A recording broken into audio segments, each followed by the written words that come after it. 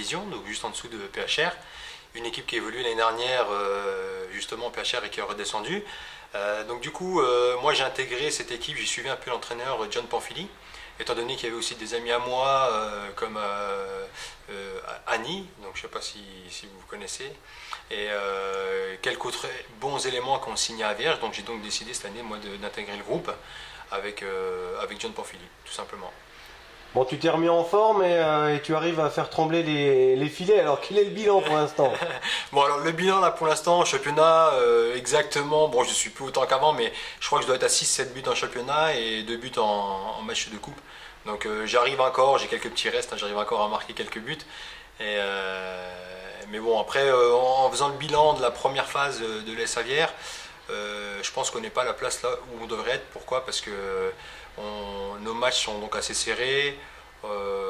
Contre les bonnes équipes, on réalise toujours des bons matchs. Par exemple, contre Kellerman, où on était mené 1-0, on a égalisé 1-1 et on a pris un but malheureusement à la 94e minute.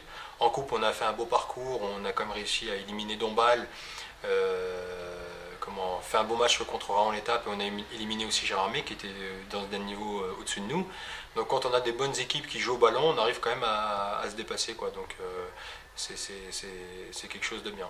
Bon, vous êtes 8e exactement, donc bilan de l'équipe mitigé, quoi. Voilà, c'est ça. Donc bon, la première phase a été, on va dire, un petit peu difficile parce qu'on a eu pas mal de blessés. On a eu des matchs, comme vous l'avez dit auparavant, où on n'avait pas trop eu de chance, parce que bon, il y a quand même un petit facteur chance. Et ensuite, donc, on s'est renforcé un petit peu là, à la trêve. On a eu pas mal de matchs de préparation qui sont bien déroulés. Je trouvais que le groupe était nettement mieux qu'avant. On a eu du renfort de Benjamin Guerre qui est revenu, Boran Touiri, donc mon petit frère, hein, que tout le monde connaît aussi, qui est revenu nous aider. Il a la possibilité de s'entraîner quand même une fois par semaine, et donc du coup sur le terrain ça se voit. Il y a voilà, des bons éléments qui sont revenus à la trêve et qui lui permettent de faire une bonne, je pense, deuxième phase. Alors là on a fait 2-2 ce week-end. On menait 2-0 à la mi-temps et on pensait peut-être que c'était déjà un peu acquis, et on s'est fait rattraper en deuxième mi-temps à 2-2, et donc voilà, un peu malheureux sur la fin de match. Ah oui, alors c'était chaud justement, il y a eu des échauffourées, rappelle-nous les faits. Oui, alors pour être précis, c'était un match qui s'est très bien déroulé. C'était pas trop chaud comme match. Il y avait eu un carton, je crois, en première mi-temps pour eux et un carton pour nous.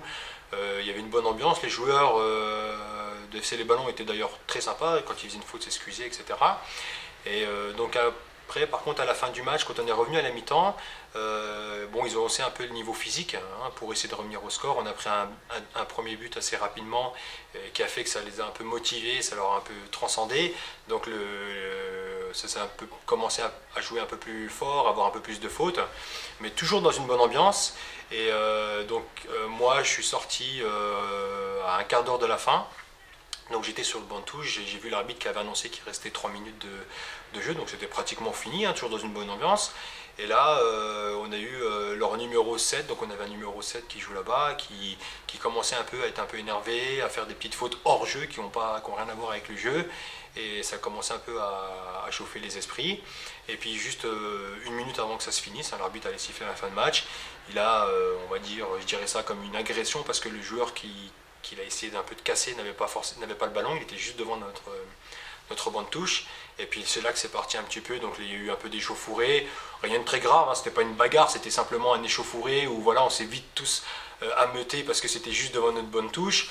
Alors voilà. Hein, la tension est montée d'un coup. Voilà, la tension est montée très rapidement parce qu'il était en fait au mauvais endroit au mauvais moment, il était juste devant notre bonne touche quand il a fait la grosse faute, donc tout le monde s'est un peu jeté pour crier notre désarroi par rapport à ce qui s'est passé. Et donc du coup tout le monde s'est vite ameuté, on a un peu séparé. Donc John était à côté de moi, Pamphili, qui a tout de suite retenu nos joueurs, hein, pour éviter qu'il y ait justement un gros échauffouré. Moi j'avais le joueur qui était juste à côté de moi, donc je l'ai tenu.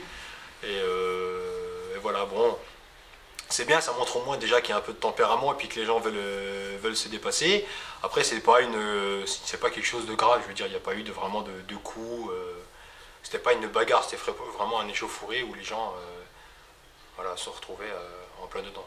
Et donc l'arbitre a sifflé la fin du match prématurément? Alors, directement, on n'a pas repris le match en fait parce qu'il restait même pas une minute, et il a décidé d'arrêter le match. Bon, j'ai eu une petite discussion, excusez-moi, une discussion avec leur entraîneur à la fin du match.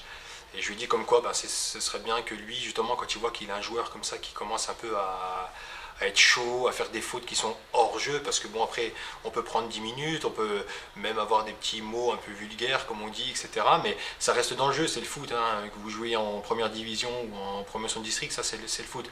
Par contre, à un moment, quand il y a un joueur qui vraiment fait des fautes qui n'ont rien à voir avec le jeu, c'est bien que l'entraîneur prenne peut-être la décision de le sortir, de le calmer, pour que ça évite justement les quelques échauffourées qu'il y a eu à la fin du match. Est-ce que le résultat nul 2-2 a été entériné? Oui, là je crois. Alors par rapport aux informations que j'ai eues, on va rester sur le résultat de 2-2. Bon, c'est pas satisfaisant pour nous parce qu'on avait vraiment le match, en première mi-temps on avait le match en main. Il y a eu un peu de déconcentration Je pense qu'il y a eu un petit peu de déconcentration, ils nous ont rentré un petit peu dedans, ils ont gardé quand même le niveau physique en deuxième mi-temps. Quand nous, malgré que ça fait 1 mois et demi là qu'on s'entraîne, on a peut-être un peu baissé le niveau en deuxième mi-temps. Même à ce niveau, moi qui ai évolué quand même à un certain niveau, je peux dire que même en première division, les matchs se jouent sur des petits détails. Donc, c'est physique quand même. Voilà, ça se joue sur des petits détails. On prend le premier but sur un centre que nous on devait peut-être réaliser. On avait une offensive en tout cas. Sur un contre, hop, c'est reparti. On a pris le 2-1 et les mentalités ont changé. Donc les gens étaient un peu plus motivés quand ils commençaient à revenir au score, quoi. Qu'est-ce qui vous attend comme rencontre désormais? Alors là, la semaine prochaine, on a la Bresse. Donc j'espère que le temps va nous permettre de jouer. Et après, on reçoit donc un corps chez nous. Bon, après tous les matchs, il n'y a pas vraiment... pour moi, ayant joué pratiquement contre toutes les équipes, on a juste encore un match de retard. J'ai pas une équipe qui sort vraiment du lot, hein. Comme je vous l'ai dit, contre Kellerman, on a fait 1-1 et à la 94e minute, on prend un but. Contre Adol, qui est premier au classement, qui a une bonne équipe technique, j'ai trouvé, on menait quand même à 0, on a fait quelques erreurs défensives, il y avait soi-disant hors-jeu, etc. Mais bon, après, ça fait partie du foot. Mais j'ai pas trouvé vraiment une équipe qui sort vraiment du lot ou qui n'est pas prenable sur un match. Bon, personnellement, tu prends du plaisir, c'est ce que tu recherchais, quoi. Oui, voilà, là, avec le boulot, j'avais pas pu enchaîner, rester dans une autre équipe à un niveau un peu supérieur. Donc maintenant, j'arrive à m'entraîner 2 fois par semaine avec John, le mercredi et le vendredi. J'ai fait un régime où j'ai perdu quelques kilos, j'ai perdu un peu plus d'une dizaine de kilos pour l'instant, donc je commence à le sentir sur le terrain. Je marque encore pas mal de buts et voilà, je suis assez content et voilà. Est-ce que tu suis l'actualité un petit peu des clubs vosgiens, du SAS Football et des clubs où tu as évolué comme Raon aussi? Oui, bon, alors ça va de soi. Épinal, j'ai toujours un bon rapport avec l'entraîneur Laurent Beignet, avec des joueurs que je connais. J'ai encore croisé d'ailleurs tout à l'heure quand j'ai mangé Ben Kajan. Donc, qui a marqué le week-end dernier, un doublé. Qui a évolué en national, qui était dans le groupe de national avec moi à Raon-l'Étape. Qui joue en DH là, hein, c'est ça. Avec la B, il a joué en B. Voilà, avec le week-end dernier, bon, je l'ai vu évoluer cette année aussi en national. Mais bon, je reste vraiment en relation avec pas mal de joueurs. Là, quand on a joué contre la réserve aussi de Raon-l'Étape, il y avait Alil Toraman qui évolue aussi avec moi à Raon-l'Étape. Donc je reste informé et puis de ce qui se passe dans les Vosges, il n'y a pas de souci. Xavier Collin, futur entraîneur du SAS Football qui a déjà intégré le staff technique, ça t'évoque quelque chose? Xavier Collin, moi quand j'ai évolué, j'ai fait toute ma formation Épinal. Je me souviens quand on était en D2, j'allais voir les matchs au stade, j'étais très jeune. C'était un bon joueur, c'est quelqu'un qui était parti, qui est passé pro. Alors, moi je pense que c'est une bonne chose, hein. Il avait amené son expertise de professionnel au sein du club. C'est un tempérament aussi que j'aime bien, c'était un petit ailier gauche, défenseur, mais qui avait vraiment un tempérament et qui gagnait les matchs par rapport à son mental et aussi à son courage, on va dire. Et puis je pense que c'est très important sur le terrain. Certes, il y a les capacités techniques, mais avoir un physique, un courage et ne pas aimer perdre les matchs, je pense que c'est important aujourd'hui et on a de moins en moins ça chez les jeunes.